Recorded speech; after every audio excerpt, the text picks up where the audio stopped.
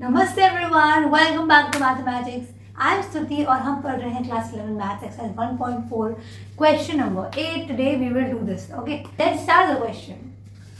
तो आपके क्वेश्चन में दे रखा है which of the following pairs are disjoint. ठीक है, तो डिसजॉइंट में कॉन्सेप्ट मैंने आपको बताया है, लेकिन अगर आपको नहीं मालूम है तो देखो डिसजॉइंट का मतलब क्या होता है। देखो नेम का मतलब है डिसजॉइंट, जिनमें आपस में जॉइंट ना हो, राइट। मतलब ऐसे सेट, ठीक है, ऐसे सेट जिनका आपस में कोई भी कॉमन ना आए, कुछ भी एलिमेंट कॉमन नहीं आए, दोनों आपस में बिल्कुल डिसजॉइंट है। दो सेट्स है वो आपस में बिल्कुल डिसजॉइंट है, उन्हें कुछ भी कॉमन नहीं आ रहा, तो हम बोलते हैं कि वो दोनों क्या है, डिसजॉइंट है। और ये इसको आप ऐसे भी लिख सकते हो कि अगर मान लो अगर आपस ए कोई सेट है और आपस में बी कोई सेट है, और अगर मान लो ये दोनों डिसजॉइंट हैं तो इनका जो इंटरसेक्शन होता है वो आता है फाइव। ओके, ये तो आप जानते हो।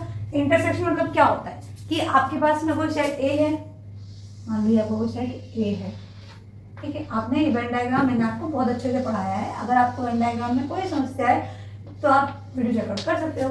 ठीक है, तो देखो ये आपका सेट ए है, ये आपका सेट बी है, राइट। इसके अंदर बहुत सारे एलिमेंट्स होंगे, मान लो इसके एलिमेंट्स हैं सारे बहुत सारे। आपके पास में सेट ए है और सेट बी है, राइट। अब इन दोनों सेट के अंदर अगर देखो अगर ये दोनों में कुछ भी कॉमन होता है आपके पास, तो हमें ये लगाना है पता कि इनका इंटरसेक्शन क्या है। देखो अगर इनका इंटरसेक्शन जो है फाई आ गया, अगर इनका इंटरसेक्शन फाई आ गया, इनका इंटरसेक्शन फाई आ गया, तो हम बोल देंगे कि डिसजॉइंट नहीं, तो नहीं बोल पाएंगे। अब देखोगे कि इनके अंदर अगर अब आपको फाइंड करना पड़ेगा कि भाई ए इंटरसेक्शन में क्या आएगा।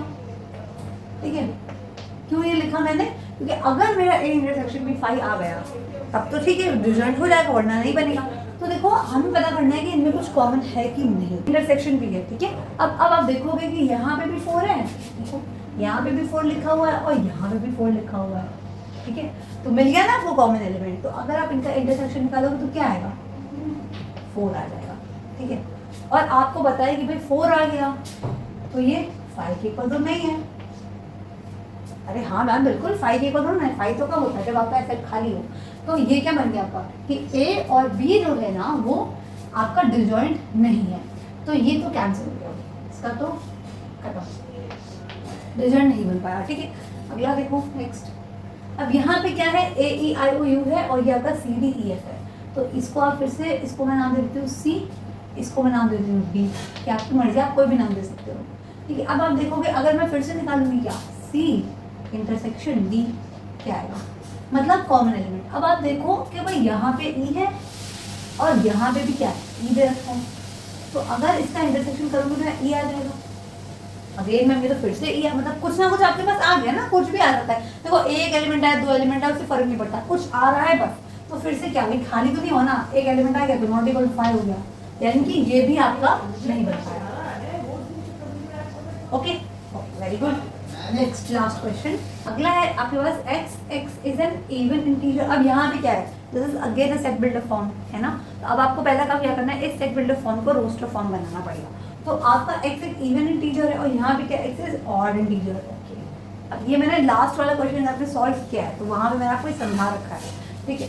तो आपको x आपका क्या है, इवन इंटीजर है, ठीक है। अच्छा ठीक है, अब मेरी बात ध्यान से सुनो। मान लो कि ये मेरा इंटीजर का सेट है। आपने वेन डायग्राम पढ़ लिया होगा आई होप। अगर आपको वेन डायग्राम में कोई प्रॉब्लम है तो आप ये वीडियो चेकआउट कर सकते हो, ठीक है। तो देखो ये आपका इंटीरियर है, फाइन, दिस इज आपका इंटीरियर का मैंने एक सेट बना दिया। अब देखो हम सबको मालूम है इवन नंबर क्या होते हैं, आप जानते हो ना, वो नंबर जो 2 से डिविजिबल हो जाए। ऑड नंबर क्या होता है, जो 2 से डिवाइड ना हो। अब एक बात बताओ, चलो ठीक है, एक काम करते हैं, अब हम लोग इसको ना 2 पार्ट्स में डिवाइड कर देते हैं।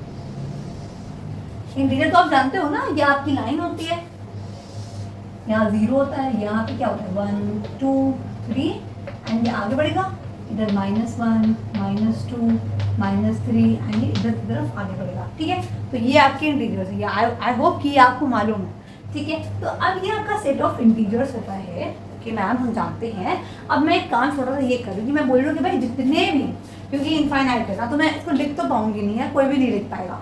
तो मैं बोल रही हूँ कि भाई जितने इवन लोग हैं, ठीक है, इवन इंटीजर्स है, वो सारे मेरे यहाँ आ जाए। तो इधर मैंने क्या किया, इवन इंटीजर को इकट्ठा कर दिया।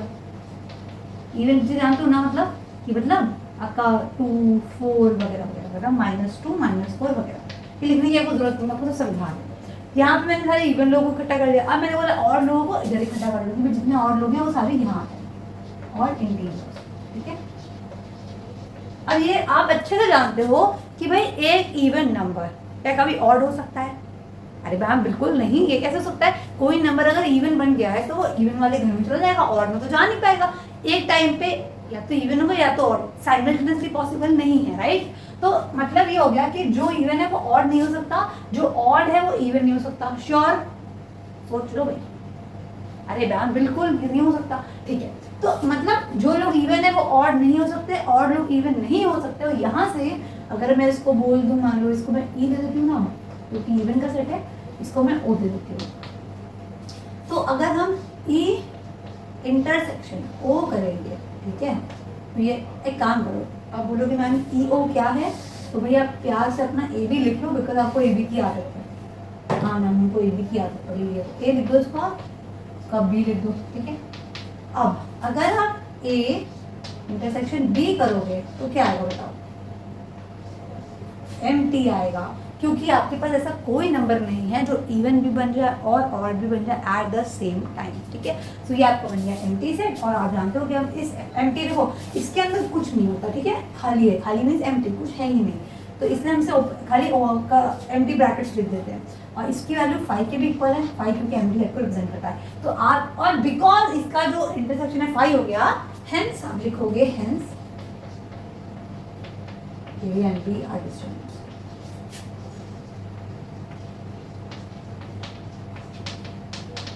या आप ये भी लिख सकते हो कि गिवन पेयर इज डिस्टिंक्ट।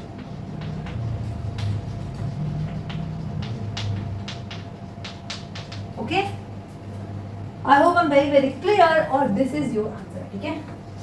ये हो गया। अब क्या मुझे लगा कि which of the following pair is are disjoint, तो आपको मिल गया डिजॉइंट, ठीक है।